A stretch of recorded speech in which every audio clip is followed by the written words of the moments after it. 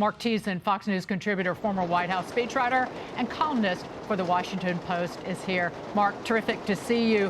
What wins here, or should I ask how much wins? So, I mean, first of all, looking at Georgia, thank God for Mitch McConnell. He spent $38 million, his super PAC, the Senate Leadership Fund, $38 million to get Herschel Walker into this runoff. And now he's teaming up with Brian Kemp and subsuming Brian Kemp's entire operation, his get out the vote operation, his door knockers, everything under the Senate Leadership Fund. So they're going to push Herschel Walker over the edge. The challenge they have, Dagan, is that what Brian Kemp has to do, Kemp won with 2.1 million votes. Walker won with 1.9 million votes. That means there are 203,000 ticket splitters who voted for Kemp and not for Walker in the general election. Kemp needs to now go out and be the guy to go out and tell those voters who voted for him but not Herschel Walker to change their minds and cast their ballots for Herschel Walker in the runoff. And so that's why it's so important what McConnell and Kemp are doing to team up. Jay Walker, no relation to Herschel, said in the Wall Street Journal, a senior advisor to Brian Kemp, that Herschel Walker should try to keep the race focused on broad unhappiness with the direction of the country, kitchen table issues that are going to affect Americans the day after the elections. If messaged properly, according to Jay Walker's quote, Herschel Walker has a great shot at winning this runoff. He very much does, and you know what Warnock is doing. You showed those attacks that he's done is smart strategy, even if it's a little bit dirty. Which is he's trying to focus on the reason why those ticket splitters split their tickets, which is character issues. And what Kemp and Walker and need to do is make the case that this is about control of the Senate. And what Kemp needs to do to go to Georgia voters and say, remember what happened 2 years ago, when we had a runoff and Georgia gave the Senate into control to the Democrats. They unleashed $1.9 trillion in spending, which unleashed all the inflation we're experiencing today. So if you're paying more for groceries, if you're paying more for gas, if you're paying more for shelter, if you're paying more for everything, then it's because we did the wrong thing last time. We need to fix it this time around. Right. Marc, sit right there. I want to turn to the First Lady, Jill Biden, Vice President Kamala Harris, and the second gentleman at Arlington National Cemetery on this Veterans Day. They're participating in a wreath-laying ceremony, and the Vice President will deliver remarks, all, of course, in honor of those who have served our country and our military, served so mightily. We're going to talk more about our nation's veterans with Congressman Mike Waltz. He has served in the Army for 26 years. Mike, the congressman, is the first Green Beret elected to Congress. That's coming up a little bit later. But Arlington National Cemetery, everybody should visit, not just on Veterans Day. So, Marc, not the red wave many expected, but exit polling shows big gains for Republicans among minority voting blocs. The Wall Street Journal data showed big moves away from the left among Black and Hispanic voters, Latino voters, and even bigger change among younger Black voters, a 22-point shift toward the GOP since the 2020 election. Similar numbers among younger Hispanics as well. A new op-ed calls it a, quote, silver lining for Republicans, but adds, quote, the problem for the GOP going forward will be how to translate their burgeoning support among Black voters into actual electoral wins. And I do love, there was an editorial from the Wall Street Journal's Jason Riley, which was before the election on October 25th, and it said the GOP's midterm slate is more diverse than ever. What do you call a Black Republican? How about congressman?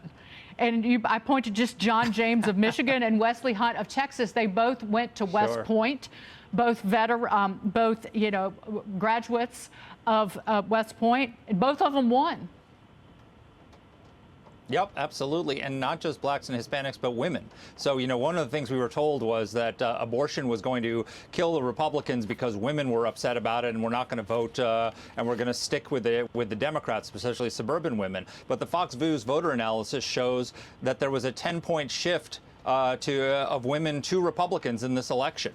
In 2018, it was 60-40 for the Democrats, and this year it was 50-50. There was we made gains with Hispanics, 4 in 10 Hispanic voters, up from a third in 2018, and Republicans gained 4 points with black voters. So those aren't massive gains, but they are small shifts. But where the real shift happened was with Ron DeSantis in Florida. Ron DeSantis won re-election with 20 points, which is the largest vote margin ever for a Florida governor race. But he won female voters by 7 points, which was a 16-point increase from his last election. He won Hispanics by 14 points. It's not just that he gained, he won them. Right. He won the majority by 14 points with a 22-point increase from his last time. So if we want to learn how to expand those numbers nationally, the lesson is in Florida, looking at what Ron DeSantis did. And I'm going to talk about this with Will Cain coming up, but if you dig into those very numbers that you were quoting, school choice, it's parents.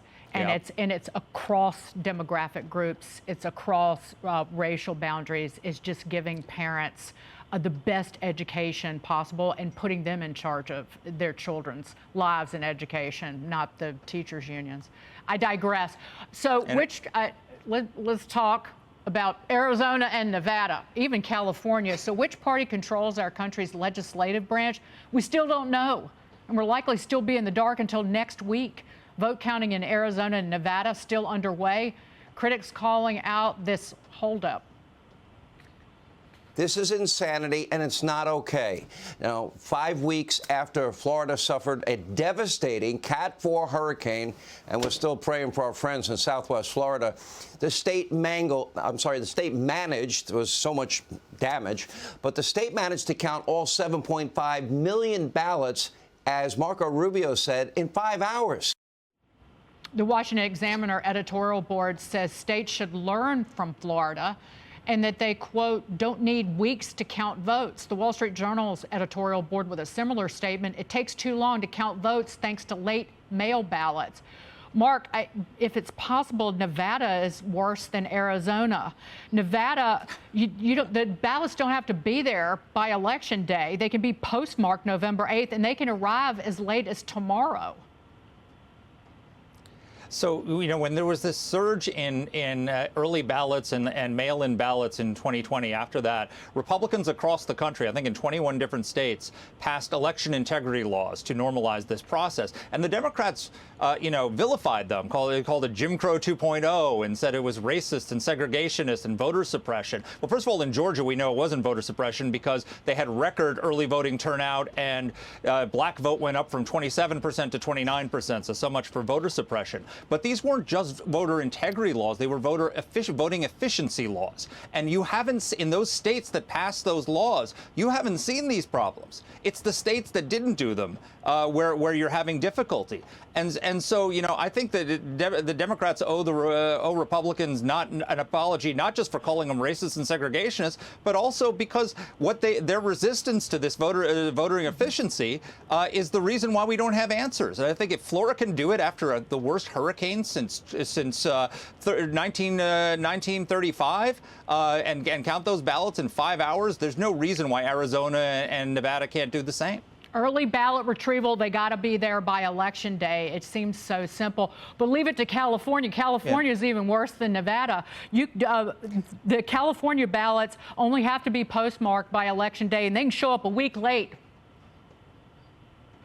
It's absurd. You should have whatever system you want to have in place. If you want to have early voting, if you want to have mail-in voting, we should know the results on Tuesday night on Election Day, no matter what your system is. If you got a system that doesn't do that, it's broken. It needs to be fixed. Marc Thiessen, thank you. Great to see you. Have a wonderful weekend. Thanks, Dagan. Hey everyone, I'm Emily Campagno. Catch me and my co-hosts Harris Faulkner and Kaylee McEnany on Outnumbered every weekday at 12 p.m. Eastern, or set your DVR. Also, don't forget to subscribe to the Fox News YouTube page for daily highlights.